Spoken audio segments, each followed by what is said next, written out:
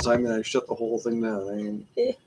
Well, I would say we're live. All right. So we're doing. Okay. I guess we're getting pretty good at this. Oh, there I go bragging. We're not going to get shut. It's going to mess it up. There I go bragging. Shut.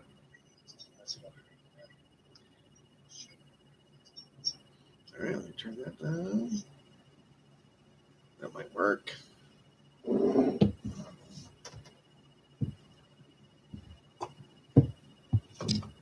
That was unusually easy.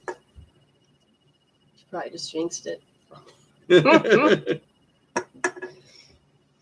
like somebody set her alarm. Hello?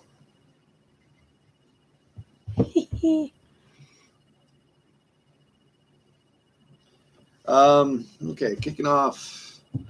Let's see. I think we talked about the last batch of meat birds. Mm-hmm. So they're here. They're doing well. I'm gonna get one. No, because if she goes grab a meat bird to show you what the meat bird looks like, she's also going to grab one of the kittens that she's fostering right now. We're not going to talk about that. Yeah, you're funny. Yeah, 3 kittens on the porch for the next couple of weeks. Mm-hmm. No, the shelter was overrun with kittens, and somebody posted about it saying, "Hey, we need some help," and I'm like, "Sure." I said no, but I knew it was going to happen anyways. Moved the goats today after church. So they're in their spot until probably next Monday. So they're going to be in a nice big spot with a lot of shade and sun for the Energizer, so they should be fine. I'll move the big boys tomorrow to their spot, and then I'll move the babies and the mamas Tuesday. Okay. And then that'll be their spots until we get back from our trip. I'm trying to condense everything as best as I can so that our farm sitter won't have to go over the entire property to find the animals and feed them, take care of them, and check on them. That's our responsibility to make sure we set them up as best as we can to give them the best chance of success. Yep. So we are currently borrowing a trailer, an animal trailer. And we are going to be taking 5 sheep, 5 of the babies, to the Homesteaders United Jamboree. We're going to head out Wednesday. And yeah, we'll be there Wednesday, Thursday, Friday, Saturday. It's only a couple hours away, so it's not like we're all the way over across the country or something. So if something does happen, one of us can shoot back to the homestead, quite easily. Not a huge deal. What else? I don't know. Job's kind of slow. Yeah, there's still work out there. Still unsure about the grant. Yeah, it's not that there isn't work there. It's just it's slow on hearing on if the grant will be extended. If you would say that.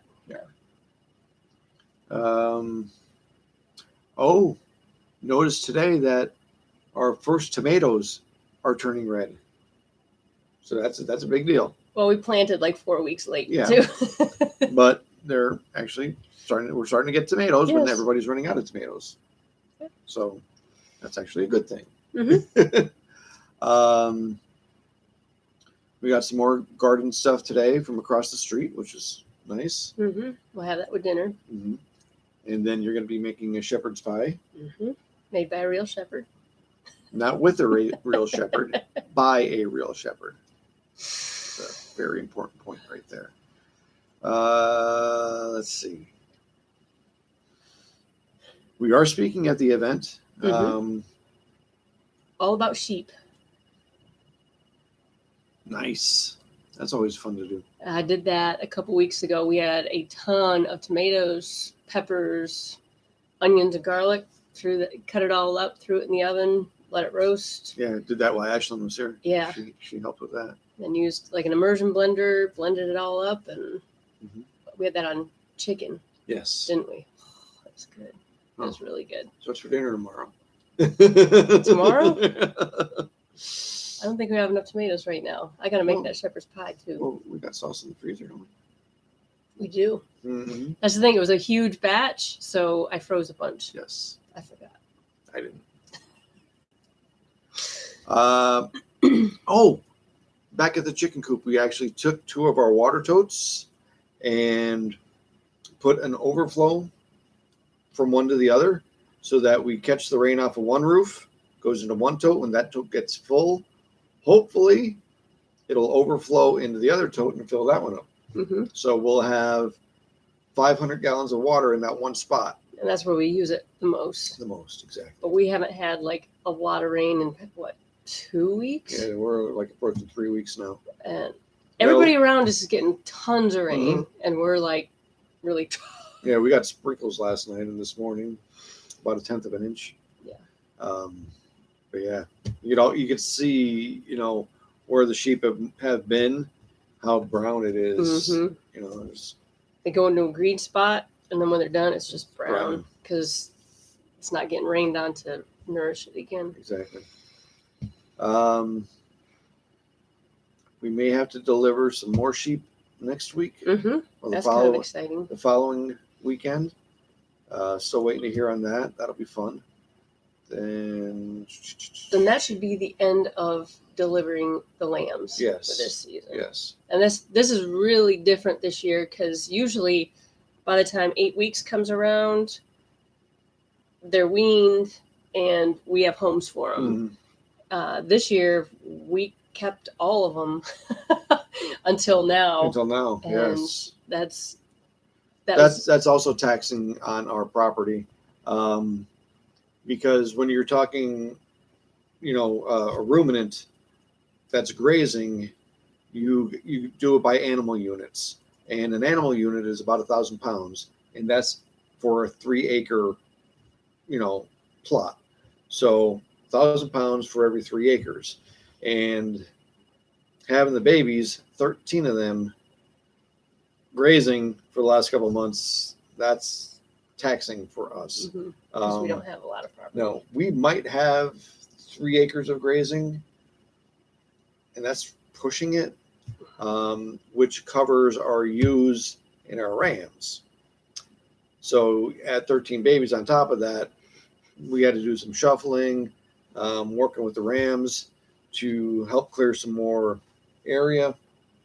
We're hay bombing them. We're hay bombing them. Hopefully that'll take seeding for regenerative and having more pasture for the following years.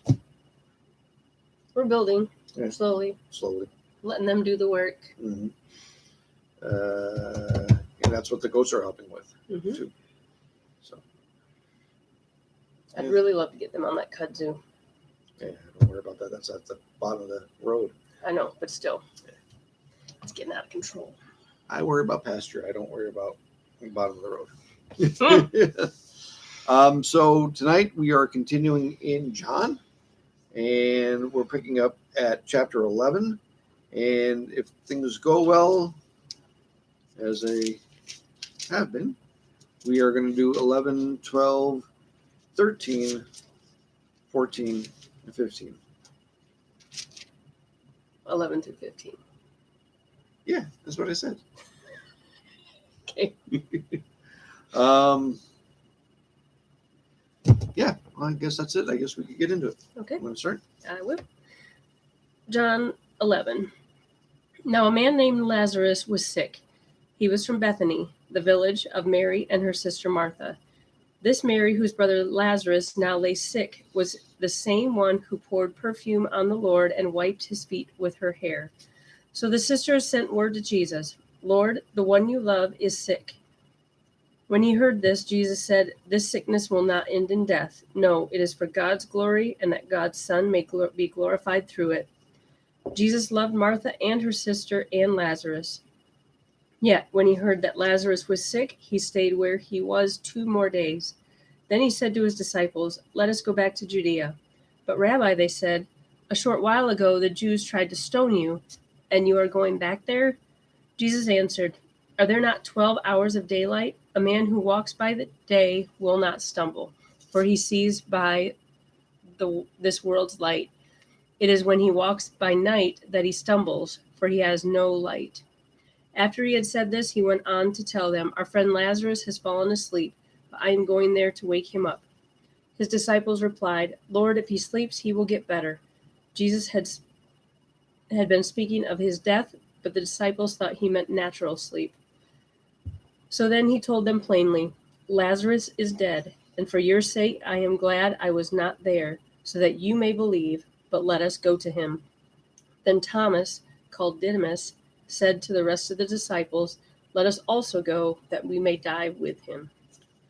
On his arrival, Jesus found that Lazarus had already been in the tomb for 4 days. Bethany was less than 2 miles from Jerusalem, and many Jews had come to Martha and Mary to comfort them in the loss of their brother. When Martha heard that Jesus was coming, she went out to meet him, but Mary stayed at home. "Lord," Martha said to Jesus, "if you had been here, my brother would not have died. But I know that even now God will give you whatever you ask." Jesus said to her, "Your brother will rise again." Martha answered, "I know he will rise again in the resurrection at the last day." Jesus said to her, "I am the resurrection and the life. He who believes in me will live, even though he dies. And whoever lives and believes in me will never die. Do you believe this?" "Yes, Lord," she told him.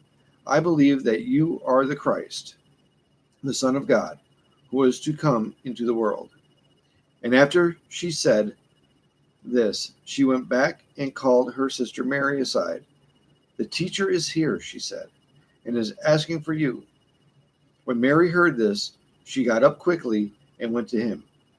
Now Jesus had not yet entered the village, but was still at the place where Martha had met him. When the Jews who had been with Mary in the house, comforting her, noticed how quickly she got up and went out, they followed her, supposing she was going to the tomb to mourn there. When Mary reached the place where Jesus was and saw him, she fell at his feet and said, "Lord, if you had been here, my brother would not have died."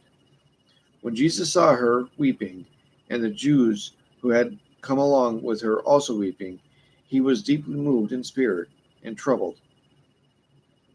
Where have you laid him?" he asked. "Come and see, Lord," they replied. Jesus wept. Then the Jews said, "See how he loved him?" But some of them said, "Could not he who opened the eyes of the blind man have kept this man from dying?" Jesus, once more deeply moved, came to the tomb. It was a cave with a stone laid across the entrance. "Take away the stone," he said. But Lord, Martha, the sister of the dead man, by this time there is a bad odor, for he had been there for 4 days. Then Jesus said, "Did I not tell you that if you believed, you would see the glory of God?" So they took away the stone. Then Jesus looked up and said, "Father, I thank you that you have heard me. I knew that you always hear me, but I said this for the benefit of the people standing here, that they may believe that you sent me." When he had said this, Jesus called out in a loud voice, "Lazarus, come out." The dead man came out, his hands and feet wrapped with strips of linen and a cloth around his face. Jesus said to them, "Take off the grave clothes and let him go." Therefore, many of the Jews who had come to visit Mary and had seen what Jesus did put their faith in him. But some of them went to the Pharisees and told them what Jesus had done.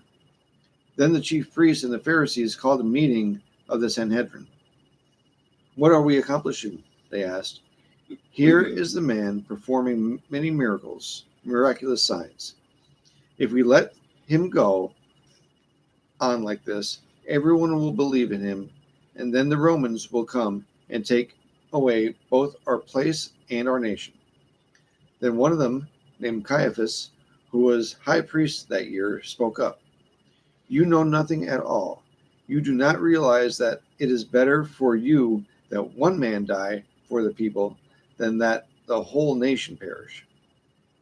He did not say this on his own, but as high priest that year, he prophesied that Jesus would die for the Jewish nation, and not only for that nation, but also for the scattered children of God, to bring them together and make them one. So from that day on, they plotted to take his life. Therefore, Jesus no longer moved about publicly among the Jews.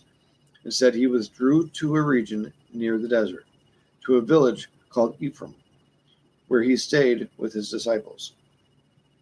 When it was almost time for the Jewish Passover, many went up from the country to Jerusalem for their ceremonial cleansing before the Passover.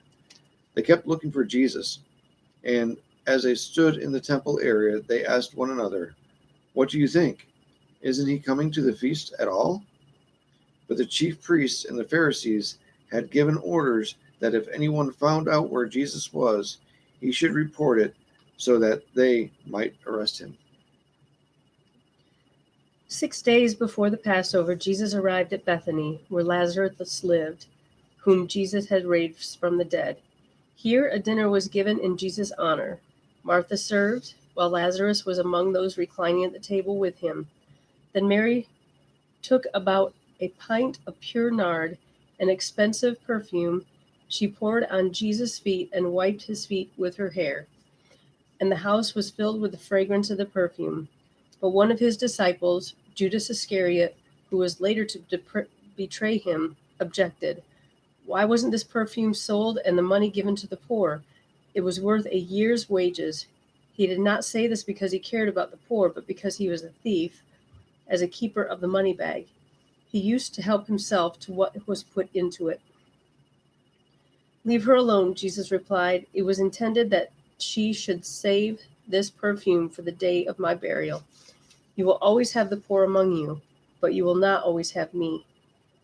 Meanwhile, a large crowd of Jews found out that Jesus was there and came not only because of him, but also to see Lazarus, whom he had raised from the dead. So the chief priests made plans to kill Lazarus as well, for on account of him, many of the Jews were going over to Jesus and putting their faith in him. The next day, the great crowd. I heard that. Yeah. The next day, the great crowd that had come for the feast heard that Jesus was on his way to Jerusalem. They took palm branches and went out to meet him, shouting, "Hosanna! Blessed is he who comes in the name of the Lord. Blessed is the King of Israel." Jesus found a young donkey and sat upon it. As it is written, "Do not be afraid, O daughter of Zion. See, your king is coming, seated on a donkey's colt." At first, his disciples did not understand all this. Only after Jesus was glorified did they realize that these things had been written about him and that they had done these things to him. Now the crowd that was with him when he called Lazarus from the tomb and raised him from the dead continued to spread the word. Many people, because they had heard that he had given this miraculous sign, went out to meet him. So the Pharisees said to one another, "See, this is getting us nowhere. Look how the whole world has gone after him." Now there were some Greeks among those who went up to worship at the feast. They came to Philip, who was from Bethsaida in Galilee, with a request. "Sir," they said, "we would like to see Jesus." Philip went to tell Andrew. Andrew and Philip in turn told Jesus. Jesus replied, "The hour has come for the Son of Man to be glorified. I tell you the truth, unless a kernel of wheat falls to the ground and dies, it remains only a single seed. But if it dies, it produces many seeds. The man who loves his life will lose it, while the man who hates his life in this world will keep it for eternal life. Whoever serves me must follow me, and where I am, my servant also will be.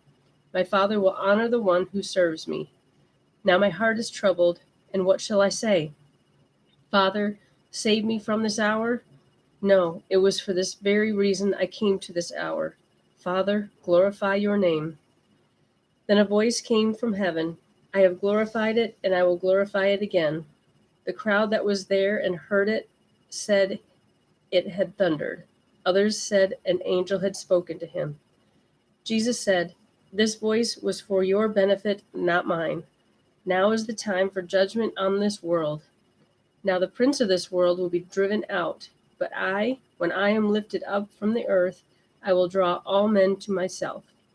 He said this to show the kind of death he was going to die. The crowd spoke up. "We have heard from the law that Christ will remain forever. So how can you say the Son of Man must be lifted up? Who is this Son of Man?" Then Jesus told them, "You are going to have the light just a little while longer. Walk while you have this light, before darkness overtakes you. The man who walks in the dark does not know where he is going. Put your trust in the light while you have it, so that you may become sons of light." When he had finished speaking, Jesus left and hid himself from them. Even after Jesus had done all these miraculous signs in their presence, they still would not believe him. This was to fill the word of Isaiah the prophet. "Lord, who has believed our message, and to whom has the arm of the Lord been revealed?" For this reason, they could not believe, because, as Isaiah says elsewhere, "He has blinded their eyes and deadened their hearts, so they can neither see with their eyes nor understand with their hearts, nor turn, and I would heal them." Isaiah said this because he saw Jews' glory and spoke about Jesus' glory. Glasses. I understand. I'm struggling with mine. Isaiah said this because he saw Jesus' glory and spoke about him. Yet at the same time, many, even among the leaders, believed in him. But because of the Pharisees, they would not confess their faith for fear they would be put out of the synagogue, for they loved praise from men more than praise from God. Then Jesus cried out, "When a man believes in me, he does not believe in me only, but in the one who sent me. When he looks at me, he sees the one who sent me. I have come into the world as a light, so that no one who believes in me should stay in darkness. As for the person who hears my words, but does not keep them, I do not judge him. For I did not come to judge the world, but to save it. There is a judge for the one who rejects me and does not accept my words. That very word which I spoke will condemn him at the last day. For I did not speak of my own accord, but the Father who sent me commanded me what to say and how to say it. I know that his command leads to eternal life. So whatever I say is just what the Father has told me to say." It was just before the Passover feast. Jesus knew that the time had come for him to leave the world and go to the Father. Having loved his own who were in the world, he now showed them the full extent of his love. The evening meal was being served, and the devil had already prompted Judas Iscariot, son of Simon, to betray Jesus. Jesus knew that the Father had put all things under his power, and that he had come from God and was returning to God. So he got up from the meal, took off his outer clothing, and wrapped a towel around his waist.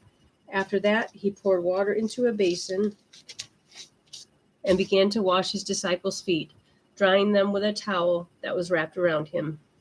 He came to Simon Peter, who said to him, "Lord, are you going to wash my feet?" Jesus replied, "You do not realize now what I am doing, but later you will understand." "No," said Peter, "you will never wash my feet." Jesus answered, "Unless I wash you, you have no part with me." "Then, Lord," Simon Peter replied, "not just my feet, but my hands and my head as well." Jesus answered, "A person who has had a bath needs only to wash his feet. His whole body is clean, and you are clean, though not every one of you." For he knew who he was going to betray him, and that was why he said not everyone was clean. When he had finished washing their feet, he put on his clothes and returned to his place. "Do you understand what I have done for you?" he asked them. You call me teacher and Lord, and rightly so, for it is that what I am. Now that I, your Lord and teacher, have washed your feet, you should also wash one another's feet. I have set you an example that you should do as I have done for you. I tell you the truth, no servant is greater than his master, nor is a messenger greater than the one who sent him. Now that you know these things, you will be blessed if you do them. I am not referring to all of you. I know those I have chosen, but this is to fulfill the scripture. He who shares my bread has lifted up his heel against me. I am telling you now before it happens, so that when it does happen, you will believe that I am he. I tell you the truth, whoever accepts anyone I send accepts me, and whoever accepts me accepts the one who sent me. After he had said this, Jesus was troubled in spirit and testified, I tell you the truth, one of you is going to betray me. His disciples stared at one another, at a loss to know which of them he meant. One of them, the disciple whom Jesus loved, was reclining next to him. Simon Peter motioned to this disciple and said, Ask him which one he means.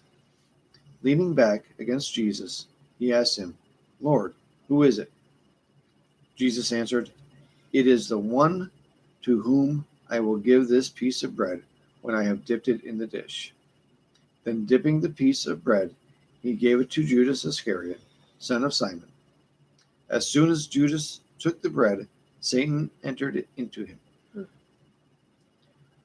What you are about to do quickly, Jesus told him. But no one at the meal understood why Jesus said this to him. Since Judas had charge of the money, some thought Jesus was telling him to buy what was needed for the feast, or to give something to the poor. As soon as Judas had taken the bread, he went out, and it was night. When he was gone, Jesus said, Now is the Son of Man glorified, and God is glorified in him. If God is glorified in him, God will glorify the Son in himself, and will glorify him at once. My children, I will be with you only a little longer. You will look for me, just as I told the Jews, so I tell you now, where I am going, you cannot come. A new command I give you, love one another, as I have loved you. So you must love one another. By this all men will know that you are my disciples, if you love one another. Simon Peter asked him, Lord, where are you going? Jesus replied, Where I am going you cannot follow now, but you will follow later. Peter asked, Lord, why can't I follow you now? I will lay down my life for you. Then Jesus answered, Will you really lay down your life for me? I tell you the truth, before the rooster crows, you will disown me 3 times. Do not let your hearts be troubled. Trust in God. Trust also in me. In my Father's house are many rooms. If it were not so, I would have told you. I am going there to prepare a place for you. And if I go and prepare a place for you, I will come back and take you to be with me, that you also may be where I am. You know the way to the place where I am going. That's just a song in my head right there. I know it is. Thomas said to him, Lord, we don't know where you are going, so how can we know the way? Jesus answered, I am the way and the truth and the life. No one comes to the Father except through me. If you really knew me, you would know my Father as well. From now on, you do know you do know him and have seen him. Philip said, Lord, show us the Father, and that will be enough for us. Jesus answered, Don't you know me, Philip, even after I have been among you for such a long time? Anyone who has seen me has seen the Father. How can you say, Show us the Father? Don't you believe that I am in the Father, and that the Father is in me? The words I say to you are not just my own. Rather, it is the Father living in me who is doing the work. Believe me when I say that I am the Father and the Father is in me, or at least believe on the evidence of the miracles themselves. I tell you the truth, anyone who has faith in me will do what I have been doing. He will do even greater things than these, because I'm going to the Father. And I will do whatever you ask in my name, so that the Son may bring glory to the Father. You may ask me for anything in my name, and I will do it. If you love me, you will obey what I command. And I will ask the Father, and he will give you another counselor to be with you forever, the Spirit of truth. The world cannot accept him, because it neither sees him nor knows him. But you know him, for he lives with you and will be in you. I will not leave you as orphans. I will come to you. Before long, the world will not see me anymore, but you will see me. Because I live, you also will live. On that day, you will realize that I am in my Father, and you are in me, and I am in you. Whoever has my commands and obeys them, he is the one who loves me. He who loves me will be loved by my Father, and I too will love him and show myself to him. Then Judas, not Judas Iscariot, said, But Lord, why do you intend to show yourself to us and not to the world? Jesus replied, If anyone loves me, he will obey my teaching. My Father will love him, and we will come to him and make our home with him. He who does not love me will not obey my teaching. These words you hear are not my own. They belong to the Father who sent me.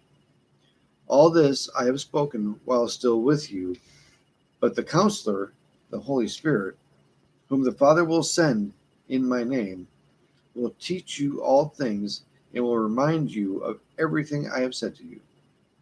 Peace I leave with you, and my peace I give you. I do not give to you as the world gives. Do not let your hearts be troubled, and do not be afraid. You heard me say, I am going away, and I am coming back to you. If you love me, you would be glad that I am going to the Father, for the Father is greater than I. I have told you now before it happens, so that when it does happen, you will believe. I will not speak with you much longer, for the prince of this world is coming. He has no hold on me, but the world must learn that I love the Father and that I do exactly what my Father has commanded me. Come now, let us leave.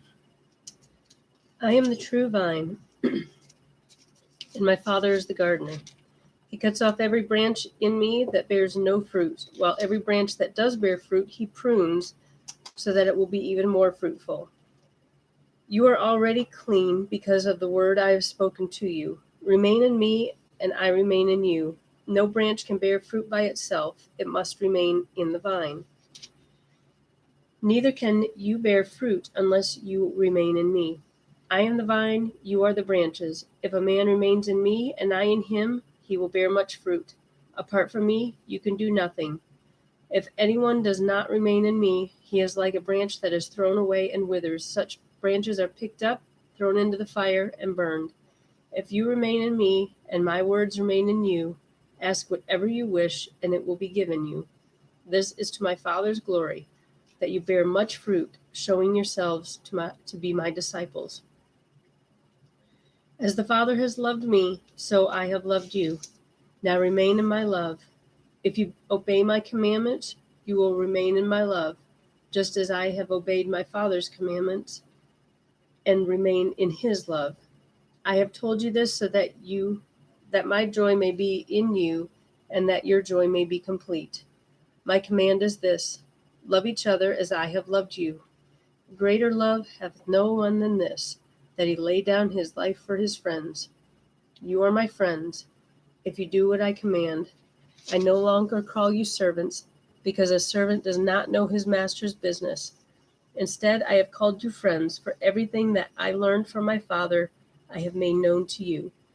You did not choose me, but I chose you and appointed you to go and bear fruit, fruit that will last. Then the Father will give you whatever you ask in my name. This is my command. Love each other. If the world hates you, keep in mind that it hated me first. If you belong to the world, it would love you as its own. As it is, you do not belong to the world, but I have chosen you out of the world. That is why the world hates you.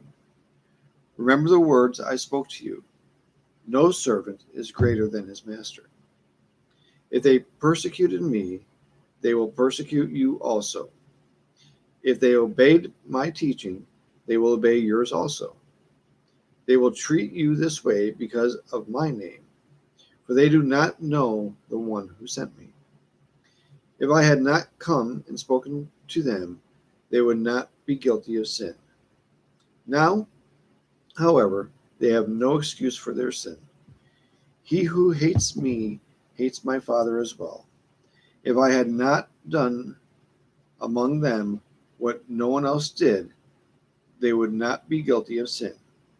But now they have seen these miracles, and yet they have hated both me and my Father. But this is to fulfill what is written in the law. They hated me without reason. When the Counselor comes, whom I will send to you from the Father, the Spirit of truth, who goes out from the Father, he will testify about me. And you also must testify, for you have been with me from the beginning. Let's see, finish those up. Hmm. Does your Bible do that? What? Go into that. That's right. What? No, just instead of just like ending here at 16, moving to verse 4. Okay, so we're going to read 16. What's that, 1 through 4? 1 through 4. Because that's just like the section. Okay.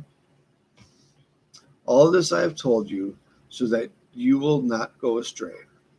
They will put you out of the synagogue. In fact, a time is coming when anyone who kills you will think he is offering a service to God.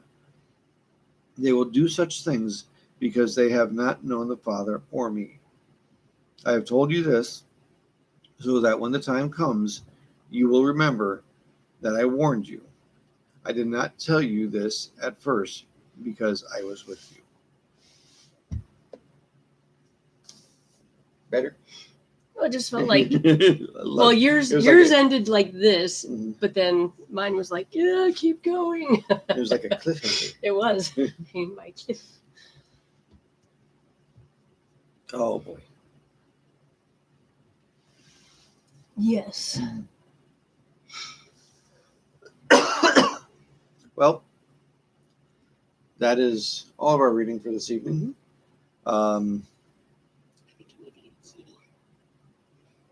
Hurry up. I always lose. I shouldn't even have put up an argument, but I do because I try. But, don't encourage her. So this trip is going to be an exciting time. So just keep us in your prayers for safe traveling mercies and all that fun stuff. And now, the show stealer. He's so little. Yeah. You say hi.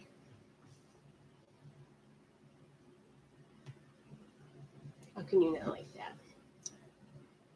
I didn't say I didn't like it. I said it didn't need to be here.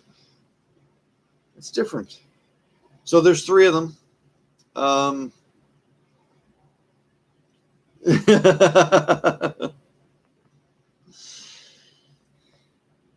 Yeah. So they think they're big and tough, and they hiss and growl, but now it's purring. No, it's growling. Is it? It's like. Brrr. trying to be big and mean. No. But it's fallen asleep on my lap. And They usually jump off of my lap. I don't put them on my lap though. They just end up there. And they're not even supposed to be in the house, so there's that too. But I think on that note, I guess we'll kind of leave it there. okay. Again, any prayer requests, leave them in the comments below. We do pray for y'all. Please, like I said earlier, keep us in your prayers as we're traveling. And just, say a prayer over the entire event. It's the Homesteaders United Jamboree. It's our second year attending this one. And like we said earlier, we are actually speaking and we're doing a homesteading with sheep class. Mm-hmm. So we'll talk about the way we do things because not every homestead does sheep the same way. Anything else? All right, for the three of us, we're going to say goodnight. Bye. Y'all take care now.